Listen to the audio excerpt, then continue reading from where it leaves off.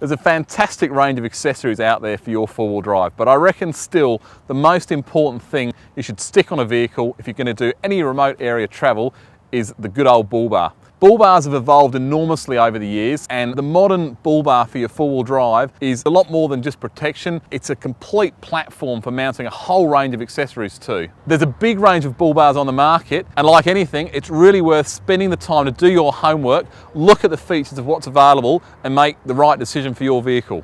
Some bull bars may look quite similar, but believe me, there's a world of difference between the different models out there. One of the first things you should look at when you're looking to buy a bull bar is the material it's made of. Take this vehicle for instance. It's a very big, capable off-road vehicle, but you go and hit a Kangaroo at high speed and it's going to stop it in its tracks. I mean, that Kangaroo through this radiator is going to completely immobilise the vehicle. So what you want is a bull bar that's going to give you really good protection in those sort of circumstances, and the simple answer is the only material that will deliver that sort of performance is steel.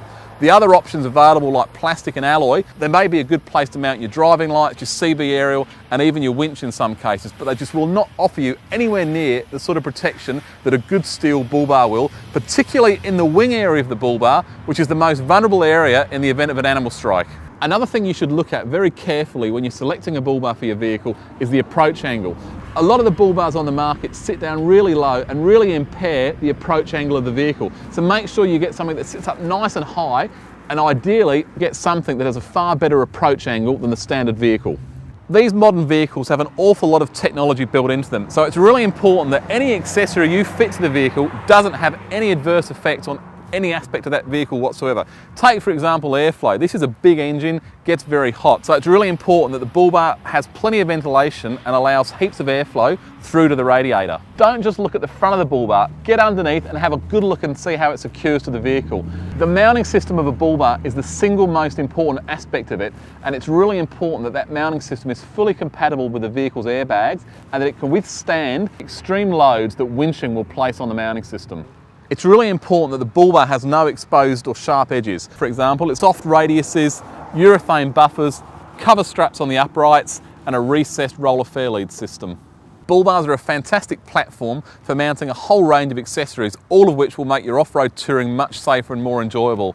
Make sure there's places for a couple of CB aerials, good set of driving lights, fog lights and turn signals, provision for a winch, and somewhere you can use a high lift jack as well.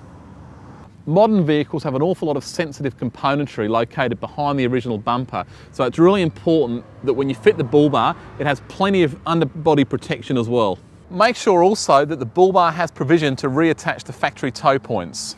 A bull bar is a great investment for any four-wheel drive that's going to spend any time touring in remote areas. Just make sure you choose a bull bar that's fully designed to integrate with the vehicle, that offers a great deal of protection in extreme circumstances, and like anything, do your homework, look at the design, the engineering and the manufacturing techniques that go into making that bull bar, so you can be sure when you're out in the bush that you've got the right tool for the job.